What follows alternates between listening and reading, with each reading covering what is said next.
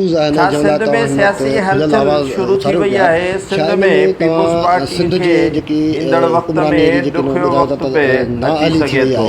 राणीपुर जी गौसिया जमात ऐं आला जी सरवरी जमात जे रूहानी शख़्सियतुनि जी मुलाक़ात अहम पैगाम ॾियनि थियूं। पाकिस्तान पीपुल्स पार्टी जे को चेयरमैन आसिफ अली ज़रदारी, चेयरमैन बिलावल भुट्टो ज़रदारी ऐं फरियाल टालपुर खे मखदूम जमीलुज़्ज़मा ऐं पीर फज़ल अली शाह जिलानी जी राणीपुर में मुलाक़ात का इत्तफ़ाक़िया मुलाक़ात नाहे, पर ॿिन्ही जे दरमियान हिकु अहम मुलाक़ात थी आहे जेका लिथियल मुलाक़ात आहे। ॿिन्ही रूहानी अॻुवाणनि जो तालुक़ु पाकिस्तान पीपुल्स पार्टी सां आहे ऐं ॿई मौजूदा क़ौमी असेंबलीअ जा मेंबर आहिनि। ॿिन्ही खे शिकवा ऐं शिकायतूं पीपुल्स पार्टी खां आहिनि। पीपुल्स पार्टी ते शिकायतूं जा अंबार लॻाईंदे मखदूम जमीलुज़्ज़मा खे तव्हां ॿुधी चुका आहियो, पर फज़ल अली शाह बि